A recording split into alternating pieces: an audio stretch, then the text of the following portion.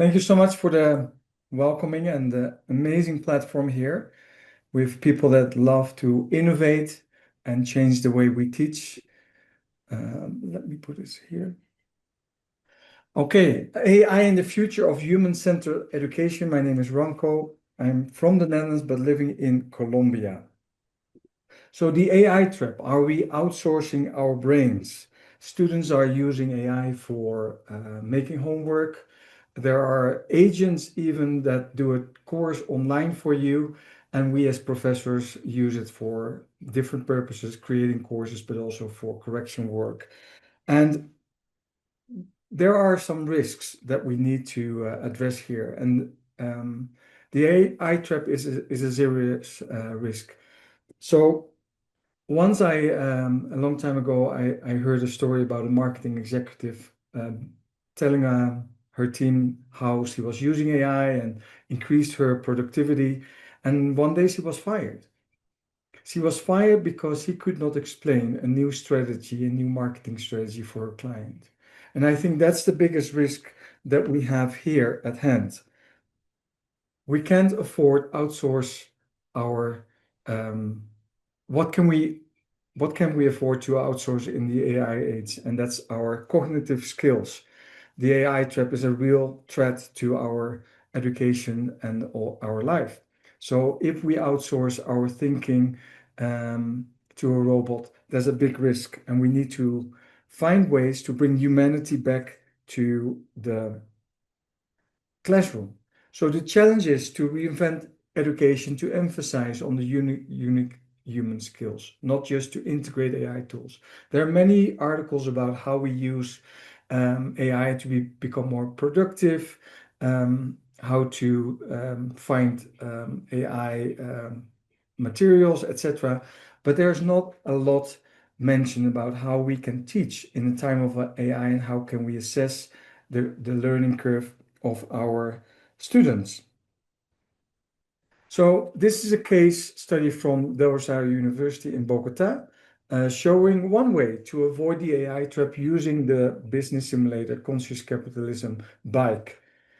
So this is a unique fusion, experiential learning by doing. Student needs to own their learning, so they need to come prepared to class and prepare the readings. So it's more like a flipped classroom. And I use different brain-based learning principles that helps them to learn faster. The core of the course is the simulation, and they have to start this business end to end. And I love this because it's not just 5 variables that they can play around with, but it's really end to end running a business from human resource, finance, product development, but also make it in a sustainable way and thinking about how do we spend the money in being a good citizen. I came to the realization after my first semester teaching here that case studies and lectures are nice, but the concept of sustainability and leadership is very abstract for most of my students. And I learned the hard way when I became operational director of a boutique consultancy in Indonesia that even though I had my MBA, I didn't know how to lead our team of 25 consultants. I didn't know how to deal with finance or sales or with client work. So for me, one way was to create this environment with the simulation, a safe space where students can test drive their leadership skills and how they want to manage that in a simulation space.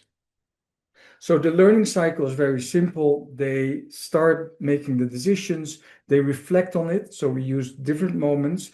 They have to present in the first and the last class to the whole group of the class. And in between, during the different rounds of decisions, they present to me, as if I was the board member that asked them what is the reasoning, what is the logic that they took on their decisions. And then they have to reflect on the results and develop new strategies, make new scenarios, and then test them out and see what the results are again. Before, I was more like the dispenser, giving them all the information they needed, and they memorize it, go to the test, and that's it. Using this business simulator helped me to move to become more a business coach. And every class is different. Every dynamic of the group is different. So over time, they will get more and more coaching instead of lectures. So this rejects the whole thing that we have all the information, the banking concept of education, where knowledge is passively deposited. Brain-based learning is one of the principles that I really love to apply in this class. So there are 6 different principles: emotions, all senses, repetition, creation, building upon, and focus.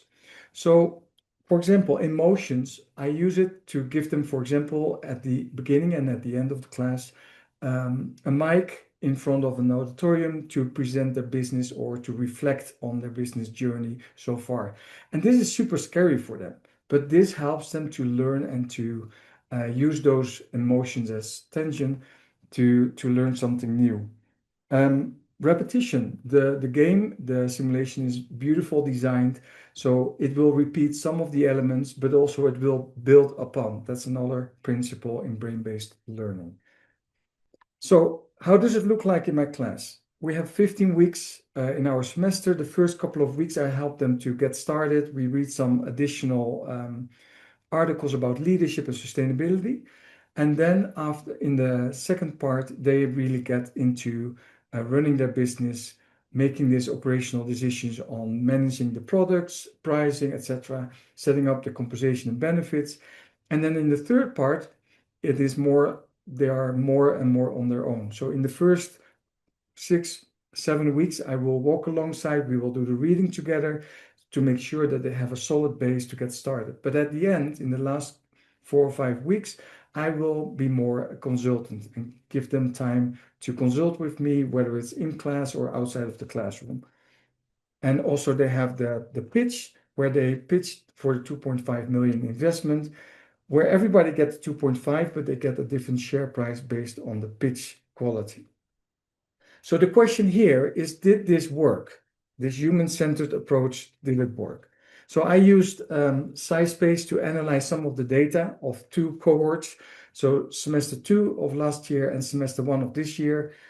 And one thing that I want to explain to you today is how I convert the balanced scorecard, which is center of my grading, into a grade. So I used DeepSeek to normalize the grades, the scores in the balanced scorecard, because they have different measures to make it fair, and then we count them up and we get a grade, whether it's in a 5 or a 100 scale.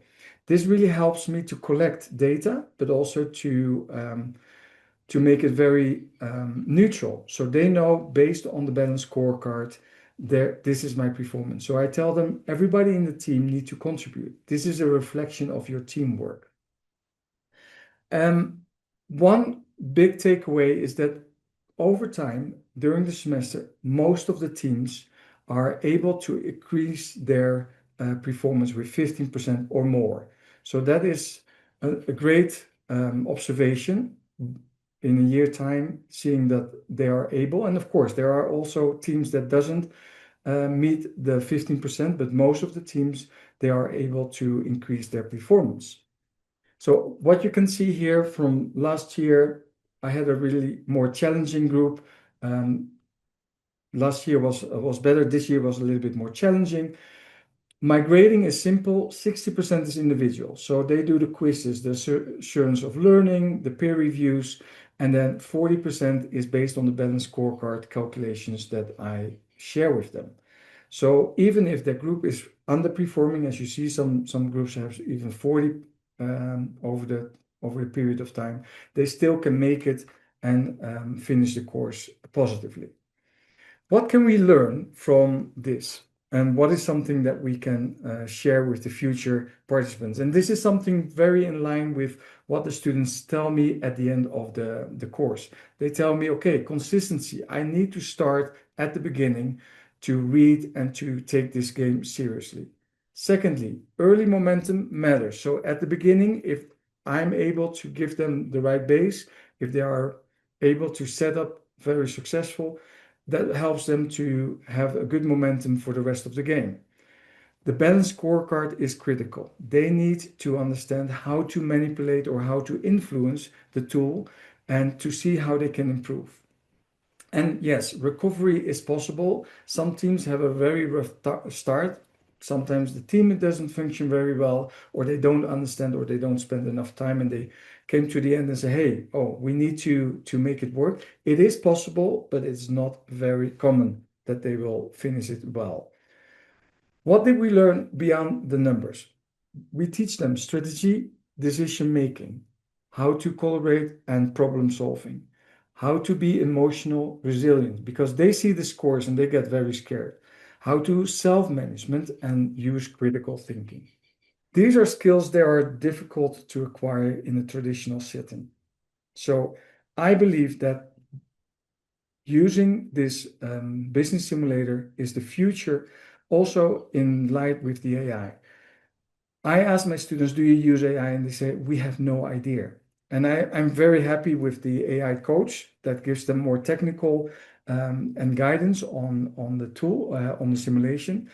I teach them in the last 5, 6 weeks how they can use, for example, ChatGPT or other tools to get a little bit more insight. For example, how to make a financial analysis using the data in the business simulator, the balance score, the balance scorecard, the balance sheet, the P&L, and to get some insights there. Still, they have to translate this information. They had to assess if it's correctly and then translate it into actions like we do in the real world.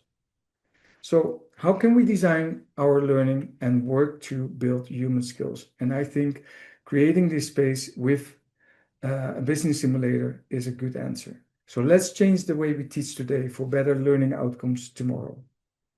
My name is Ranco, and thank you for joining. Connect with me on LinkedIn and see you.